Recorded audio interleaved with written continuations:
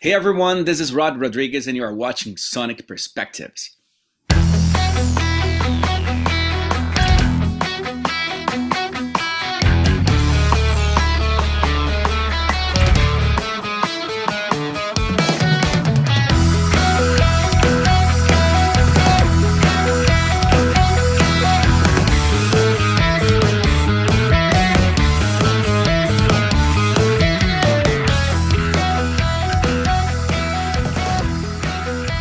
Hello, everyone, and welcome to another interview of Sonic Perspectives. I'm Rodrigo, and today it's a very special occasion because I'm interviewing a great musician who is also a friend. Please welcome the talented guitar player, Rod Rodrigues. Rod, thank you so much for joining us. Oh, thank you very much for having me. Yeah, let's What a talk about pleasure. let's talk about your new album, Tales of a Changing Life, Part 2, which came out on October 18th. The songs were written separately from the ones in Part 1, correct? Not really, Yeah. actually. The first song, Inukshuk, Mm. supposed to be the opening track for of my previous album, Oh. the part one. Hmm. Yeah, that was the first song that I wrote since I moved to Canada, and but I wasn't very happy with it Hmm. until like the second part, when I was actually working on the second part, and then I put the things more together, like the some parts that I added to it. But my intention was to have that song as the opening track of the previous album, Mm. and some of the songs, like Dustin, for example, I had some of those riffs like for 10 years, maybe, you know, kind of recycled some riffs that I had, and I put them together, and that's Dust in My Eyes, you know. Hmm. And also, I think on the road, I started working on the thing was in 2020, right after Ed Van Halen passed, Mm. So I think I was very touched by his passing, and I really wanted to write a song for my dad, right? And I got like inspired by Van Halen and Rush because they have up, like uplifting vibes, Yeah. and that's what I wanted for that song. So actually, yeah, I think like only Inukshuk was supposed to be in the previous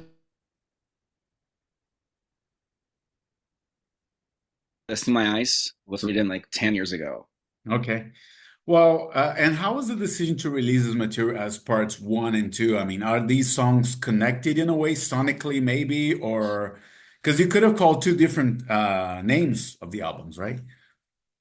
Yeah, yes and no, Hmm. actually, because first of all, I wanted to have one album. Hmm.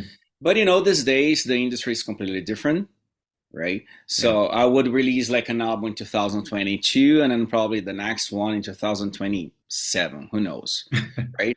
So and everything's so fast these days. Hmm. You can't like just like release nothing for 5 years, like you just can't, Yeah. right?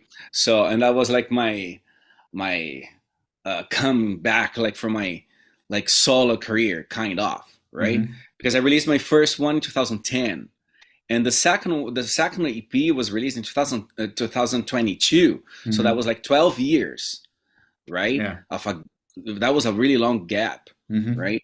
Yeah. And but first of all, I thought about having like one album, and then in the middle of the process, I was like, no, I think I'm gonna release two, like two separate parts, like an EP, and then actually the second one's supposed to be an EP, but and then it turned too long, and Yeah. actually I was like, okay, so I think I have an album, Yeah. right? Yeah. But that's how it was. Yeah. My first intention was to have one full album, but I end up having like one EP and an album. Yeah. Yeah. Well, tell me about the song Inukshuk. It's probably my favorite of the new album with John Macaluso and Angel Vivaldi. Actually, I spoke with John Macaluso a few days ago and mentioned your album. He's really happy with the result of this song. Cool. What was the thought process to combine John and Angel on this track? Actually, when I wrote that song, it was intentionally to have some guests. Mm. My intention was to have at least a guest guitar player, right? And um, Mhm. and then John. Well, actually, I met John during the pandemic, because if I did some like collabs with some friends around the world, and then we did Arcs Missing You, which is one of John's band, right? Yeah. And then he saw the video online and he messaged us, "Oh, I really liked it, and you guys are awesome." Hmm. And then since then, we have been talking about like having this possibility of John recording one of my songs, right? And then I was already writing Inukshuk, right? I was like, why not having John recording this song, right? And then I mentioned to him, and then he asked me to send him the song because he wanted to just take a listen to it, see if it fits his style, you know. And then he liked it a lot, and then liking it a lot, and that's it. Like the Jones, that was the story. Uh-huh. But Angel was a completely different story because I met him years ago, like even like way before John, and we talked about having that possibility of him recording one of my songs, a solo for one of my songs, and he didn't even ask me to listen to it because he knew me already, because he knew like my previous album album on my EP, like the first step introduction. And anyway, and then I wrote that special part for Angel Hmm. because it's not even my style because it's kind of heavy. Yeah. It was like more like Angel's style, you know. And I Hmm. think it was a really good blend between like his style, like more shreddy metal, you Yeah. know, while I'm more like melodic, still shred sometimes, but I'm more like groovy and Yeah. melodic. I think it was a really good blend between our styles, Hmm. you know. And John, he's very unique, right? Like I Yeah. think he added his unique touch to the song, Hmm. and I think it's a great song. I really like it. It was awesome having them recording with me. Yeah. Yeah.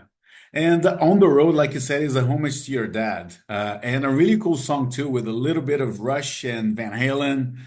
Like you said, it's very uplifting song, right? Yeah, yeah. Uh-huh. Because you know what, my dad, he unfortunately he like suddenly passed in Hmm. 2018, and he was that kind of person. First of all, he was a taxi driver, Uh, and he was on the road all the time. You know, yeah, he was literally on the road all the time. And many times he missed like my birthday or sometimes like Christmas or some like very special occasions because he was on the road, yeah. you know. But my dad, he was a very happy person, Hmm. you know, always laughing and telling us jokes and all the time. And I really didn't want to write a sad song for him.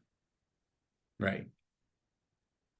How I'm gonna like write a tribute song for my dad, but it was a sad song. No, I really didn't want to do that Hmm. because he wasn't that kind of person. And and then I just thought, so what can I listen to when I'm on the road, like on high speed on a highway, that kind of thing. I Uh-huh. was like, oh, so Van Halen, Yeah. right? There's Panama. nothing, yeah, there's nothing better than Van Halen, Yeah. right? Hmm. So of course, like and also when I was writing that song, Eddie passed. Yeah. So it was like of situations that I have them together, you know, and Hmm. end up having on the road. And actually, the Rush influences of that song is a kind of natural for me because I have been listening to prog rock and prog metal my whole life.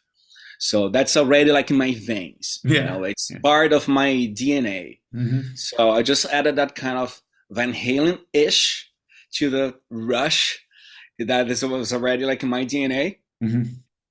And actually, there's some different influences in that song too, like some Brazilian influences, like some Brazilian rhythms, because my dad was from the south, Hmm. and I wanted to add from south of Brazil, and I wanted to add some of the southern country music to it, right? Yeah. And then there's a special section in the middle of the song Hmm.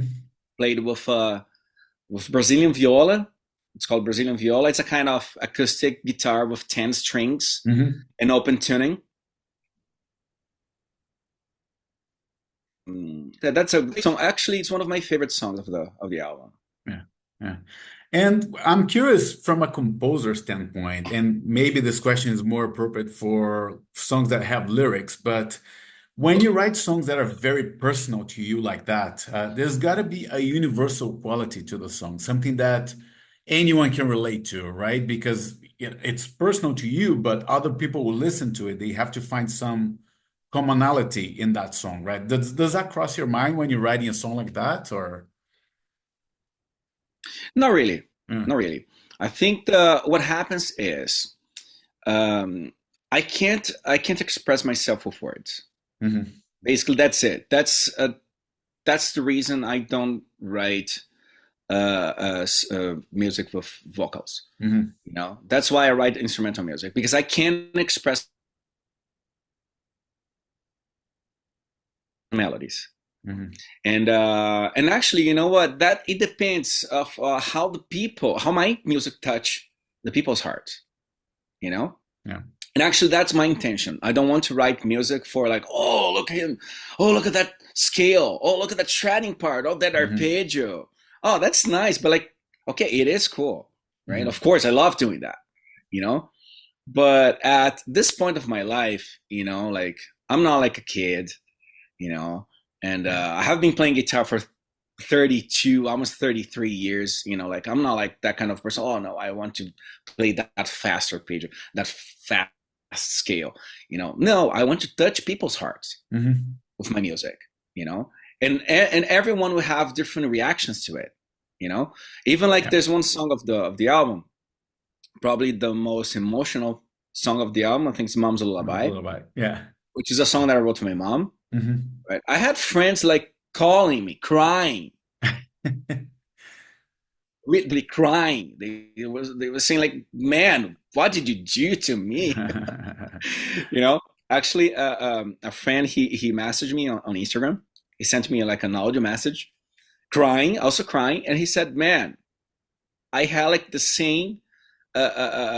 I probably felt exactly the same that when you were writing that song because like my family, they're far from here. I haven't seen them in years, And then you wrote that song for your mom, Mhm. and with that intro with the baby and the choir at the end. He said, "Man, that was like very very emotional to me, And that was like probably one of the best feedbacks I could get, Mhm. 'Cause that's exactly what I wanted, Yeah. So it's not even intentional. Like when I was writing that song, I was thinking, okay, I want to write a ballad for my mom, and it's also a very happy ballad because it's all like major keys. Okay, there's Yeah. some like minor keys in the middle, like, but it's still like very happy song, kind of, even though it's a ballad. But I just wanted to put everything that I was feeling about like having far from her, being far from her for so long, you know, Mhm. and also remembering all the times that she was like maybe making the lullabies for me, because that's exactly what happened. Uh-huh. When I was a kid, she used to, like, I always like shared the bedroom with my sister, and my mom, she would like sit on my sister's bed and she would play guitar, like that's really like acoustic guitar, very like simple, some chords, some Right. arpeggios, and she would sing for me. Oh, wow. She never read a book for me because my mom, she doesn't read very well and she doesn't Mhm. write very well. I think she had only like grade 4. She never went to university, or she never finished school. Mhm. So, and that was the way that she used to make me fall asleep, you Uh-huh. know, playing those songs for me and singing for me. So that was like that's exactly what I wanted to do for her, you Mhm. know. Yeah. So when I have like this initial point that I start a song, okay, so what this song is for? Okay, so that was the song from my mom. Okay, so everything was around that idea of having the song for her, and the Right. same was for the song for my dad, or Mhm. Tales of a Changing Life suite, Mhm. because it was a very long song. I wanted to like finish the story with that. Mhm. So it's all involved with that kind of have that theme, Sometimes, like actually for this album, that's how it was. Probably the next one's gonna be different. Maybe I'm gonna just like make random songs with who For knows? for a change, yeah, just to change Yeah, who things up. knows? Yeah, yeah, Yeah. yeah. Well, and I really like East Coast Memories too, with Roy Ziv as a guest. Honestly, I knew of this guy's videos, but didn't know him by name, and now I know he lives in Canada as well. Mhm. Tell me what was behind the choice of Roy to be on this track. And you know what? There's a Uh, funny story about this song. The song was almost out of the album. mhm, Almost. Actually I did the song, but after the mix, I was like, wow, I think I like it now. After the mixing. Anyway, so Roy was like the very last minute, mhm, really. Just because, as I said, I was not like completely happy with that song, and I thought, okay, so what if I have a special guest here, you know? And then I had like some people in mind, some guitar players in mind, some friends, and I thought about Roy because actually he's also a very melodic guy. He's still like shreds a lot, right? mhm, Even more than me, but he's still like very melodic. I was like, why not Roy? You know, and we have friends in common. Like I've known him for a few years. mhm. And I just like message him and show him the song. He said, no, I'm in. Let's do it. You Uh-huh. know, it was really like at the very last minute, Right. very last minute, and I'm very happy with it. It was great having him recording with me, and actually, that's the next video. Mhm. Oh, okay. Okay. Yeah, I was The gonna next ask video, you because you have one for Mom's Lullaby on the road and Inukshuk. So you're planning one for East Coast yeah, Memories now. yeah. Awesome. Actually, Awesome. for all the songs, all Okay. the songs. All of The them. next, Okay. Mm. all of them. The next one is East Coast Memories. It's Okay. coming out Okay. this month, the end of the Okay. month.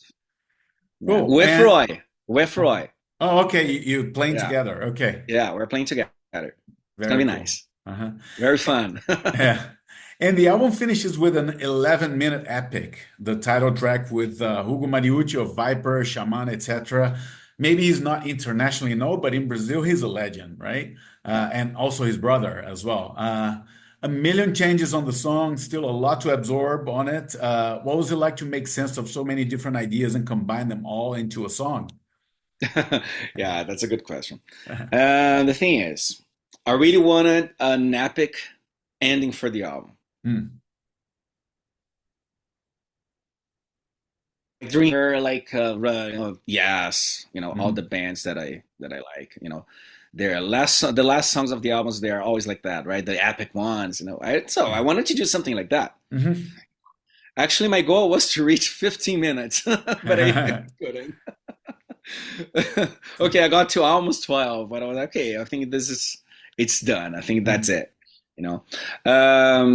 Okay, yeah. So that song is separated in four parts, right? Mhm. There's the overture,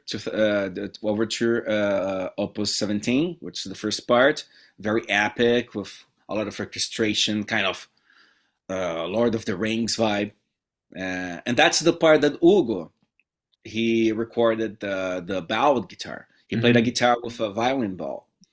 That I wanted to record that, but then one day on Instagram I saw him. He was playing with the violin, the violin ball and guitar, and I was already trying to figure it out how to do that myself.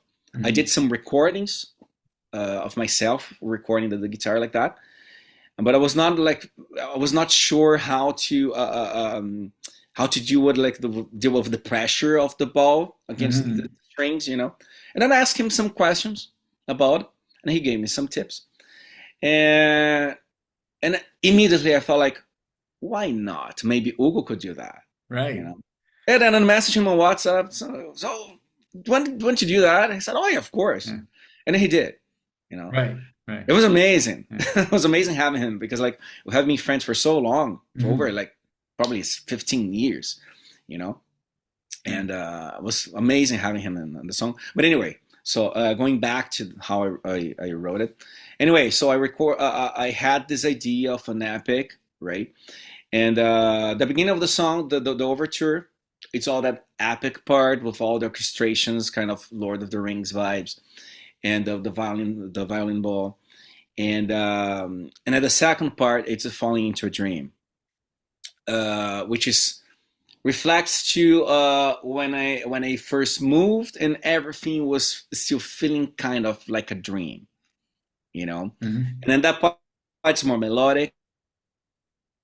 Actually, I had that melody in my mind for over 20 years, and then I finally could put that in some music, you know. Anyway, and so that part. It's about that feeling that I had like when I first moved, and everything was like kind of feeling like a dream. Hmm. Everything's perfect. And anyway, and then the next part, which is the unknown tale, it's that crazy psychedelic part with all the shredding and all the solos and everything. It's when kind of chaotic, Yeah. you know. That's how our minds feel after a while, right? Figure it out. Okay, so this is not a dream; it's a reality. Okay, so and all that all that chaos that goes in our minds when we first move to a different country and we have to adapt to a different culture, different society, and you have to learn a new language. And Hmm. sometimes, like you have like some really weird situations that you go through. All of that is reflects on that part. Hmm. You know, that's how my mind was, how chaotic my mind was during that period of time. And then the last part is the grand finale when everything like comes down, Hmm. right? So okay, it's finally setting down, right? Okay, so now I'm fine with myself.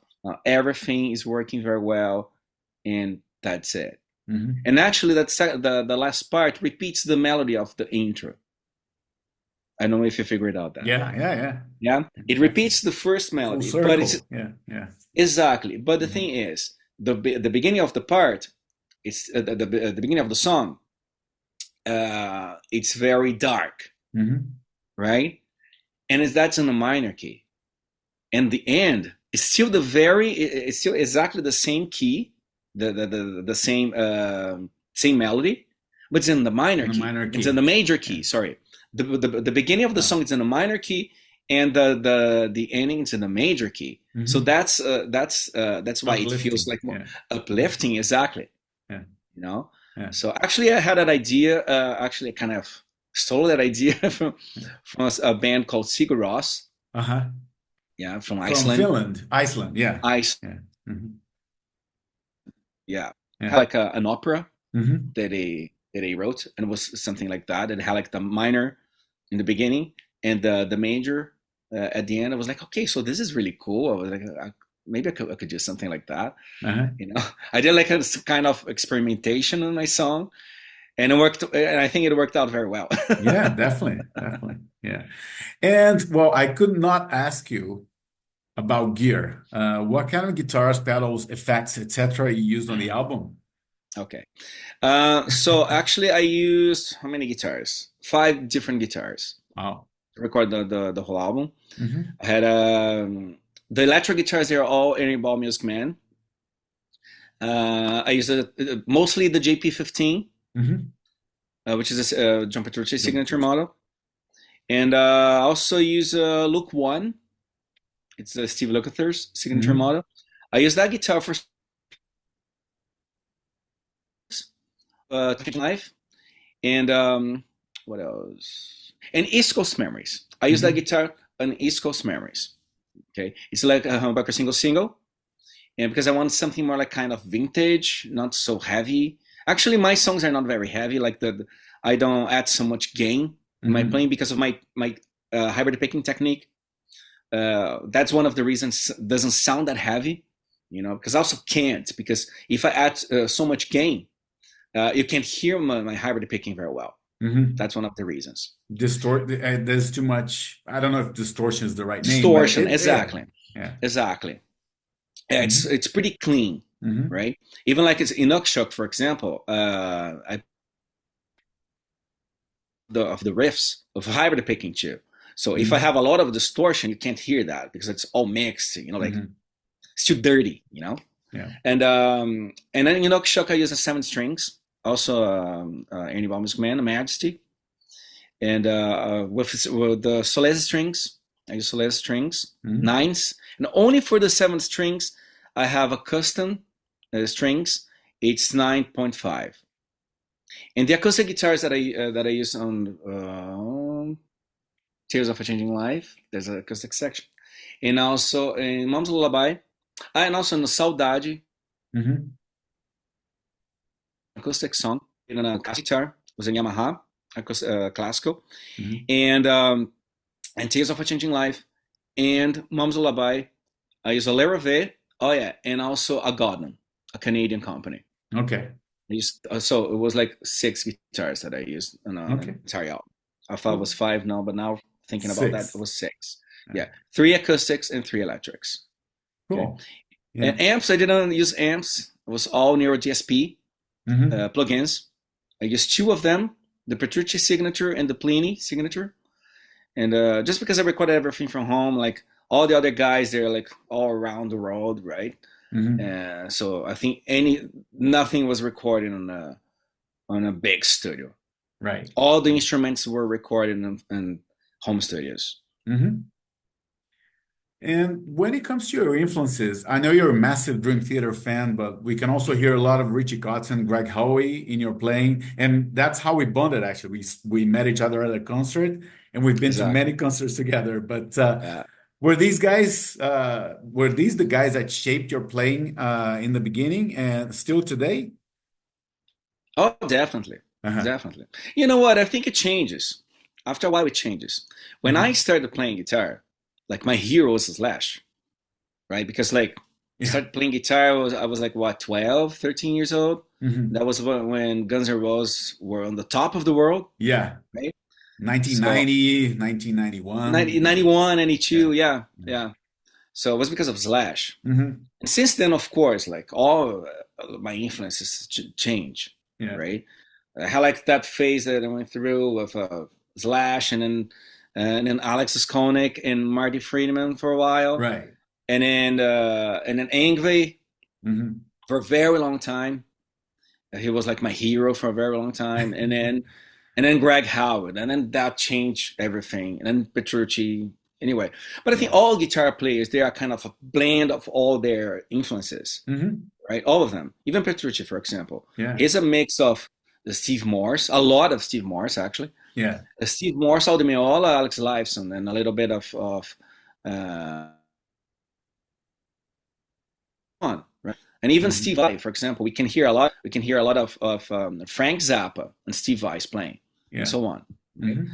Hmm. Maybe Hendrix was like the first one, right? Like Hendrix, like Maybe. Yeah. he was like the first one. He kicked the door and then he said, "Okay, so I'm in Jimi Hendrix, and that's it," right? Um, yeah, I would say like probably I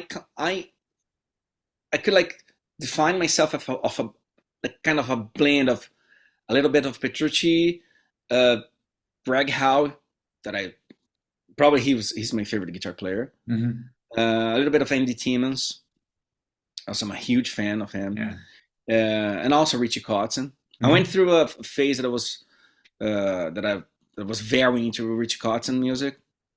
Not these days anymore, not so much, Hmm. but I still like, definitely. And Yeah. I think I'm that kind of mix of those guys. Sometimes you can Hmm. hear a lot of Petrucci in my playing. Sometimes you can hear a lot of Greg Howe, a lot of Andy Timmons, and who else? I don't know. Hmm. Sometimes I don't know. Even Nuno, I like Nuno Betancourt Oh a yeah. lot. Yeah. You know, I know you do. probably like this the groove kind of music. My groovy Hmm. comes from probably Greg Howe and Richie Cots and Nuno, Hmm. right? Also the Yeah. hybrid picking thing because of Greg Howe, and probably my metal Hmm. comes from Petrucci. Yeah. My melodic part comes from Steve Vai and Andy Timmons, and a blend of all of that, Right. I would Right. say. Yeah. Maybe in a few years, I'm gonna probably be more into like Pat Metheny Right. or who knows, like. Yeah. Yeah. We'll see. We'll see. Yeah, let's Yeah. see. Maybe in 10 years, I'll be like, I'll be like a blend of Pat Metheny with I don't know, and Yeah. Andy Timmons and Nuno. Yeah, Who Mike knows? Stern, I don't know, Mike those jazzy Stern, guys. yeah. Yeah, yeah. Well, and I'm curious about your beginning as a musician. I mean, it's one thing to know how to play and getting to know the instrument, but the other thing is to decide to make a living with your guitar playing skills. When did you decide to take that step? I think no musician in the world decides to do that. Uh, It's the music that chooses you. okay. So the music itself chose me and said, like, okay, you are going to be a musician. Hmm. You're going to be a professional musician the rest of your life. Uh-huh. That's what happened. I really Okay. didn't choose it. I Uh-huh. think, honestly, I really don't think that any musician in the world thinks, no, I'm going to be a musician. No, Hmm. I was born to be a musician and that's it. No, it's the music. Hmm. It's that passion. It's that passion that chooses you. I didn't have other option. Actually, since like I was very young, I was like 10 years old. I started like doing some paintings, like Hmm. this kind of Like thing. this one in the Not like background. this, not like Uh-huh. abstract, but I was very into art in general since Hmm. like I was 10, Hmm. you know, and then music. And I knew at some point that I will be involved in some kind of art, Hmm. artistic thing. I don't know, anything. I knew since the beginning I would be. Oh, probably would be like working at a record store or a music store or art store. I'll be like, I don't know, selling my art at the beach. I don't know. Right, right. I Something like knew, that. Yeah. yeah, I knew that I would do something like that since Right. the very beginning, you Hmm. know. And then when I got more like into music, and I'm very passionate for guitar, Hmm. you know, and I started like taking like very seriously and practicing like 12 hours a day. Yeah, I Wow. did that for years, many Hmm. years. And I think that what happens to many of the teenagers when they go through that phase, while all your friends are going out, having beer or drugs or whatever, I was practicing guitar for 12 hours. And actually, I lost a Eddie lot of Van friends. Halen mentions like something like that. Like I was Yeah, 12, 13, and my brother would go out to party and he'd get back home and I was still playing, you know? yeah, yeah. That's Yeah. exactly what happened to me too. Uh-huh. You know, of Yeah. course, like I was not like in a famous band, but Hmm. I was like in a metal band, like a local metal band with my Yeah. friends. But I was like practicing 12 hours per day and Yeah. going to have guitar lessons every week for Hmm. years, and then to the university, and I have a degree in Hmm. music teaching actually. It's in music teaching, and that's how like it's been like what 20 almost okay 27, 28 years Uh-huh. like as a professional musician, like full-time musician teaching or playing in cover bands or whatever they pay me. Yeah. Yeah. Well, and on top of that, you decided to be a solo artist and to play instrumental music, which is even harder to market and to sell when it comes to music. Indeed, It indeed. seems you chose the hardest path of all. Did it ever occur to you to maybe add vocals to your music or even to join a band? Maybe that would be easier. I don't know. Like, you always went for the artistic choice, not so much the financial choice, so to speak, right? If I choose the financial choice, I wouldn't be a musician, first of Hmm. all, You'd be right? in a bank, maybe. Or whatever, Yeah. whatever. Engineer or Yeah, I wouldn't be a musician. yeah. Not at all, not at all. Hmm. But the thing is, I have been playing so many different bands since I was like what 15. Hmm. Really, the first time I played on stage, I was 15 years old.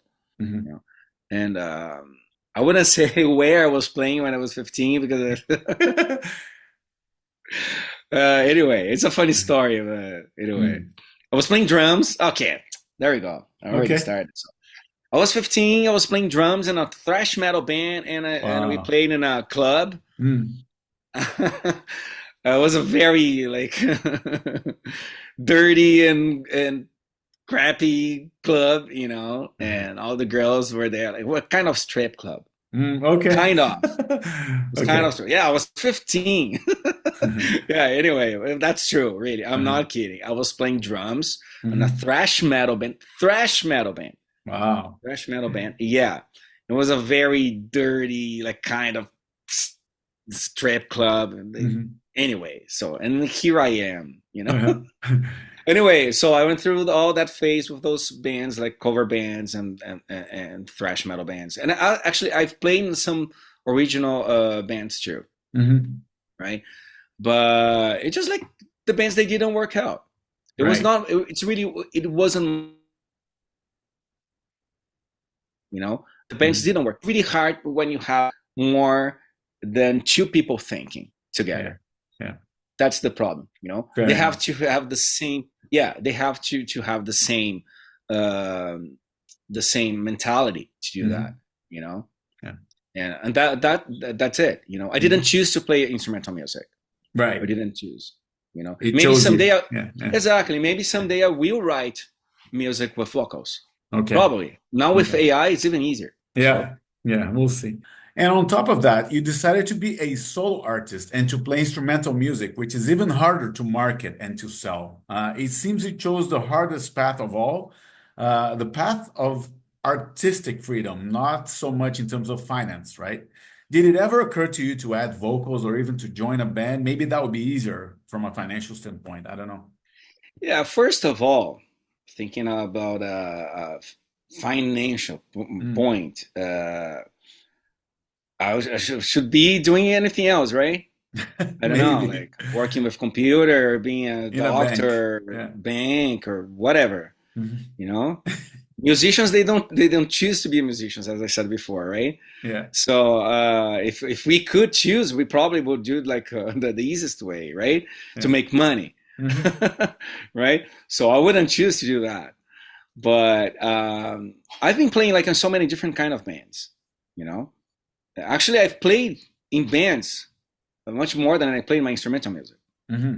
So because I play in cover bands, like even at weddings, wedding bands, um, almost anything you think I've played in my life.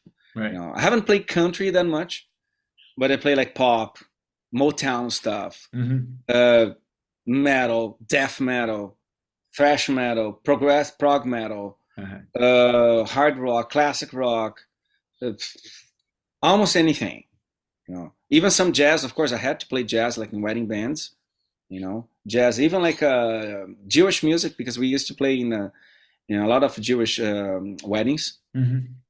And anyway, so anything, right? And actually, that was the part that I made some money, right? But anyway, so I didn't choose to play instrumental music. I just had better results doing it myself. It's Okay. really hard to be in a band when you have more people thinking Hmm. together, and they have to be thinking together in the same way, and that's the hardest part. Yeah. You know, I think that bands, they need a leader, and I'm not saying that I have to be the leader. No, no. For example, like all the cover bands that I played, I wasn't the leader for any of them, Hmm. and it worked very well. You know, I'm not saying like, oh, probably, oh, maybe Rod, he's a very hard person to deal To with or work work with. with. No, but I'm not. I'm really Hmm. not. I'm not very picky with this or that. No, I'm not. The only thing is probably the bands, the regional bands. Let's say like we had like our own material. The bands that they played, actually, one of them was like a Christian prog metal band. Hmm. And when I joined the band, they already had like what 10 years of band, and two albums Hmm. released. So how could I fit in there like with my ideas, like you know? Hmm. And the other one, I was the most experienced musician in the band, so they were counting on me to do Okay. things, Okay. to write music or like you know. So and after that, I had like one cover band. It was like a Dream Theater cover band. Hmm. I wasn't like the boss or the leader. I wasn't, but like everybody chose the songs, and you know. But since then, I have been doing my stuff because just because I have more results and like in my original music than I had with the bands. Yeah. You know, Yeah. bands. I mean, like bands with their original music. You know, Hmm. because I do everything myself, and then like I have no excuses for this or that. Oh, I can't rehearse today because I don't know, like my grandmother's cat died, and you know, like those kind Yeah. of excuses. There's You know, always some problem, right? Yeah. always, Yeah. always, Yeah. always, always. You Hmm. know, and so I have no excuses because everything depends on me, Right. Right.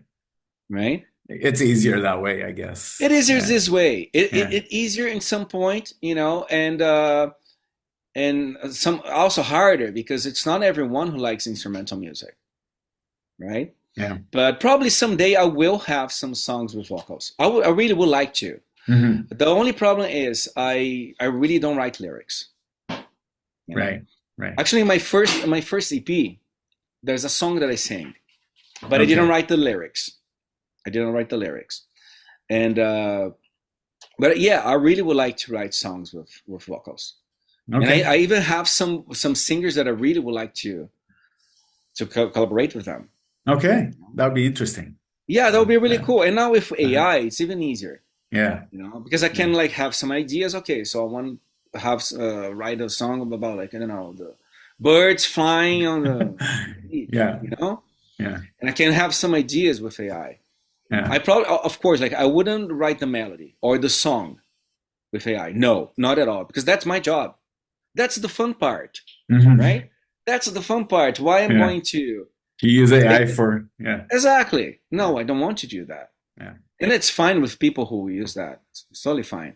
Yeah. But I probably would use the AI for the lyrics because I don't know. I really don't know how to write lyrics. That it's really my. It's not my thing. It's not Yeah. my cup of tea at all. You Right. know. Right. But all the melodies, all the instrumental, for sure, that's my job. Fair enough. And I don't even know if you mentioned this earlier in the interview, but you're Brazilian like me, and we both live in Yep. Toronto, and that's Yeah. how we got to know each other. But Yeah. did moving to Canada change anything in your art or in the way you see your career progressing? I know there's a ton of songs that it's their title comes from, Canadian lifestyle, but how else did moving to Canada inform your playing, your artistic output? Oh yeah, it changed a lot, Mhm. completely. I would say. I one more thing we have to mention because we have the same name. Yeah, exactly. Yeah, exactly. We have the Minor same detail. name. Yeah. Yeah. Okay, yeah. So yeah, it really changed. Um, I have been like into prog music my whole life, basically. Mhm. You know, but of course we are here in Toronto. You know, it's the land of Rush. Yes. So you know, of course, I even got more into Rush here. Hmm.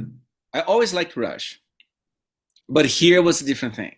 You know, we can breathe Rush air here, Yes, right? So absolutely. it's different, you Yeah. know. Yeah. And also, you know what? It's not.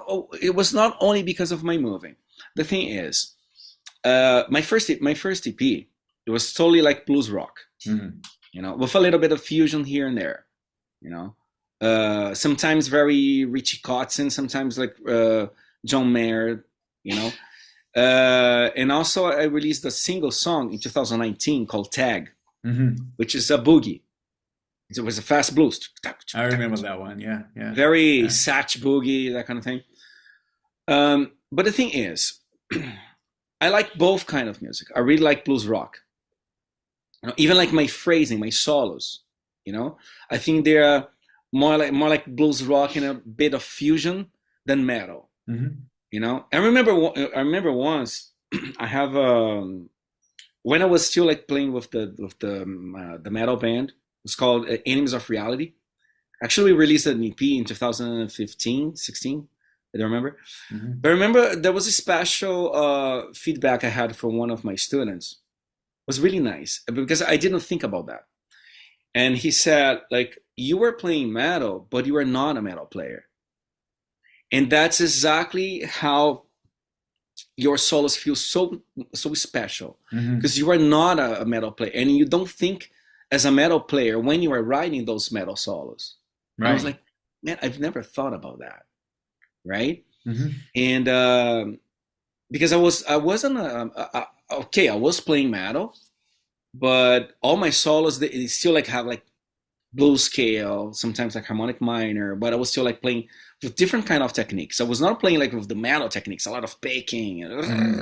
I wasn't doing that. I was still like doing arpeggios, fast arpeggios, yeah, but I was doing different way because I have like that kind of fusion background, like Greg Howe, Brett Garsett, and Hmm. those guys that I love, Alan Holdsworth, that I like a Yeah. lot, you know. Uh-huh. But the thing is, if I was still doing, if I was still playing that kind of blues rock, uh, I think I would have a lot of limitations, and I didn't want to have those limitations. With Hmm. progressive music, I can experiment with other styles, right?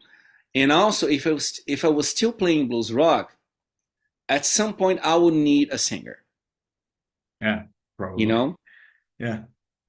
and I really wanted to experiment. I was like, okay, so how can I expand that? How can I add some different influences to it?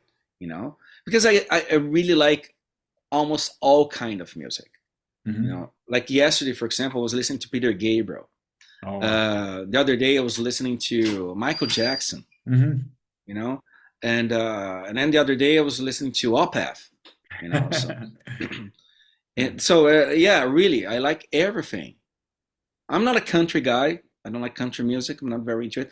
I really like the country guitar players, like Albert Lee. I think that it's amazing. They're all Yeah. fantastic, Yeah. but it's not my kind of music. It's not the kind of music that I would listen to and Hmm. anywhere. but but I'm very I like basically everything. You know, but I really didn't want to feel limited when I was writing music. And I think the progressive music you can experiment with anything. Yeah. Yeah. Like in my previous EP, there's a song called Woodbine Sunset that I have like Baião. Baião, Brazilian rhythm. Yeah. Brazilian rhythm from Northeast. Yeah.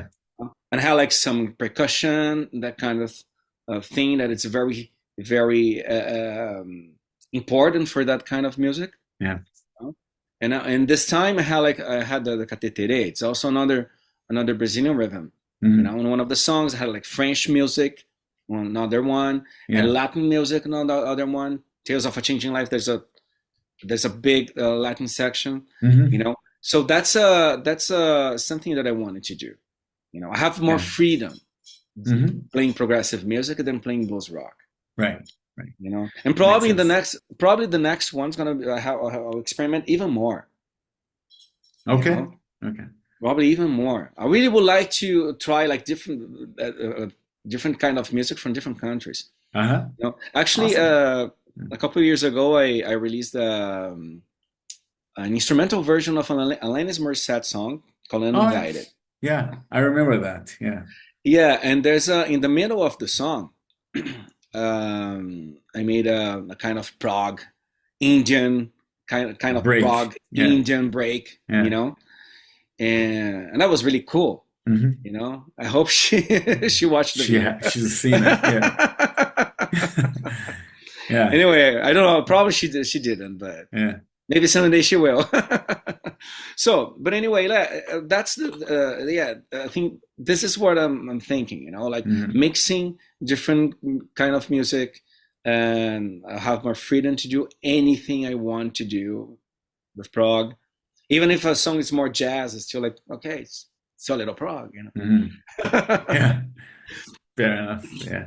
And I have a question about your practice routine. What does a player of your caliber and with your level of experience practices nowadays? Or do you practice at all, or do you just focus on writing new material and So if I say that I don't practice, Hmm. I'm lying, right?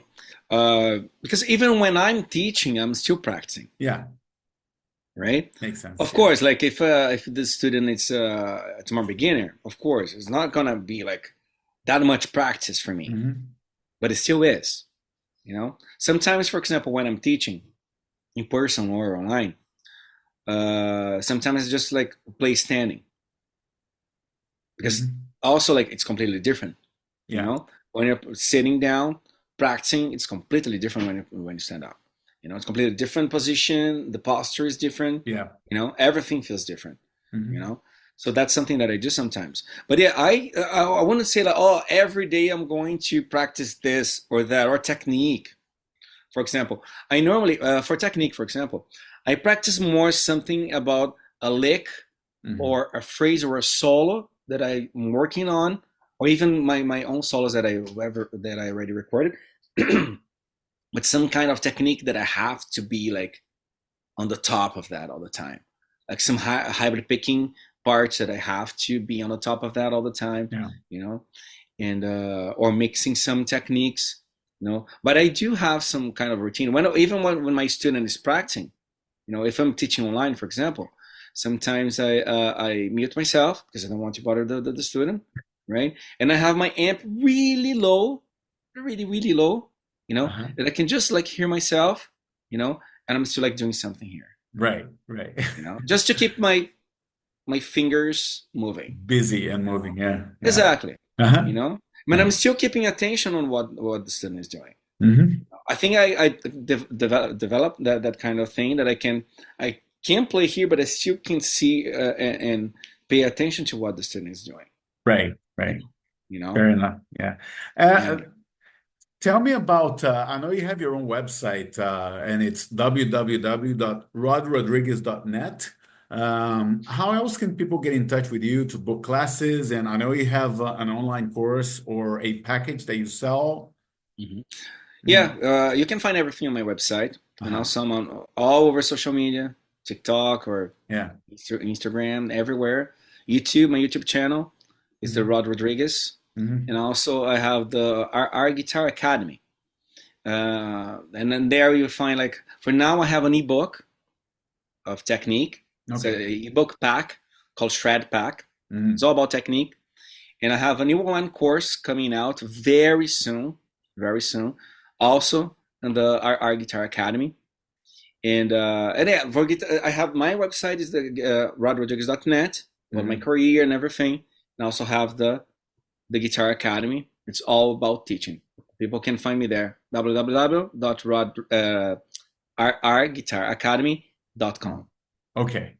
www.ourguitaracademy.com. Double R Guitar Mm. Academy because Rod Rodrigues Okay. guitaracademy.com. Okay, got it. Yeah. Yeah.